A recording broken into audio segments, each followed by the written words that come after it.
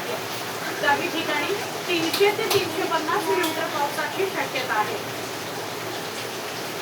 शनिवार आणि रविवार मुसळधार पाऊस पडेल असं सांगितलं गेलं होतं. हवामान विभागाने त्याचा अंदाजच वर्तवलेला होता.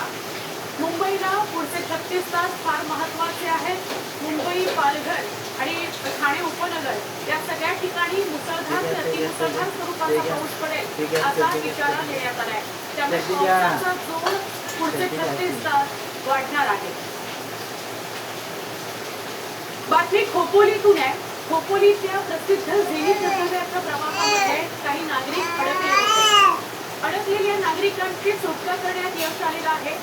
बिहारी ठाकूरवाडीच्या ग्रामस्थांनी पाण्याच्या प्रवाहाची पर्वा न करता दोरीच्या सहाय्यानं अडकलेल्या पर्यटकांची सुटका केली आहे. दरवर्षी पावसाळ्यामध्ये झेनिथ धबधबा पर्यटकांचं आकर्षण करतो. मोठ्या प्रमाणात पर्यटक इथं निसर्गाचा आनंद घेण्याकरता येत असतात. पण अनेक वेळा खोपोली पोलिसांनी झेनिथ धबधब्यावर जाण्याकरता पर्यटकांना बंदी घातलेली आहे. तरी सुद्धा धबधबा सुरू झाला आणि पाणी प्रवाहित असलं लोक धबधब्यापर्यंत पोहोचतात. पण प्रचंड पाऊस होता, त्यामुळे काही प्रवासी अडकलेले होते. काही पर्यटक ग्रामस्थांनी सुटका केलेली आहे.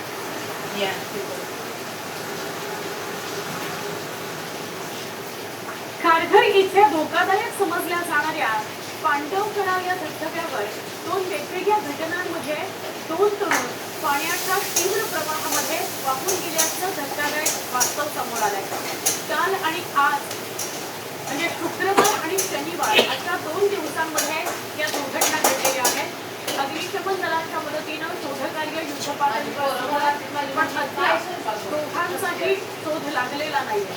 तळोजा इथे रहिवासी असलेले मोहम्मद शहीद, त्यांचं वय 20 वर्ष, हे पांडवकडा परिसरामध्ये पाण्याच्या प्रवाहात वाहून गेलेले आहे. तर दुसरा सांताक्रूज मुंबई कलिना या भागात आहे. 19 वर्षाचा हा तरुण आहे. धबधब्याच्या पाण्याच्या जोरदार प्रवाहामध्ये तो वाहून गेल्याची माहिती आहे. शुक्रवार आणि शनिवार मधल्या या घटना आहेत. या दोघांचाही शोध घेतला जातो.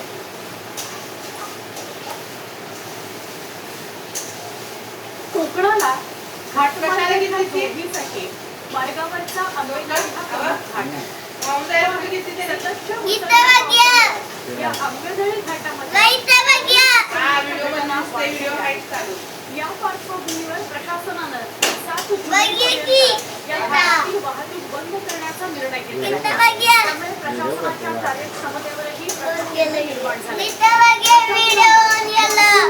घाट दुरुस्तीचं काम का नाही असा प्रश्न विचारला जातो. दरम्यान प्रशासनानं कोकणातून पुणे आणि साताऱ्याकडे जाणाऱ्या वाहनांसाठी माणगाव, तांबडी घाट तसंच पोलाद पर्यायी मार्गाचा वापर करा अशा सक्त सूचना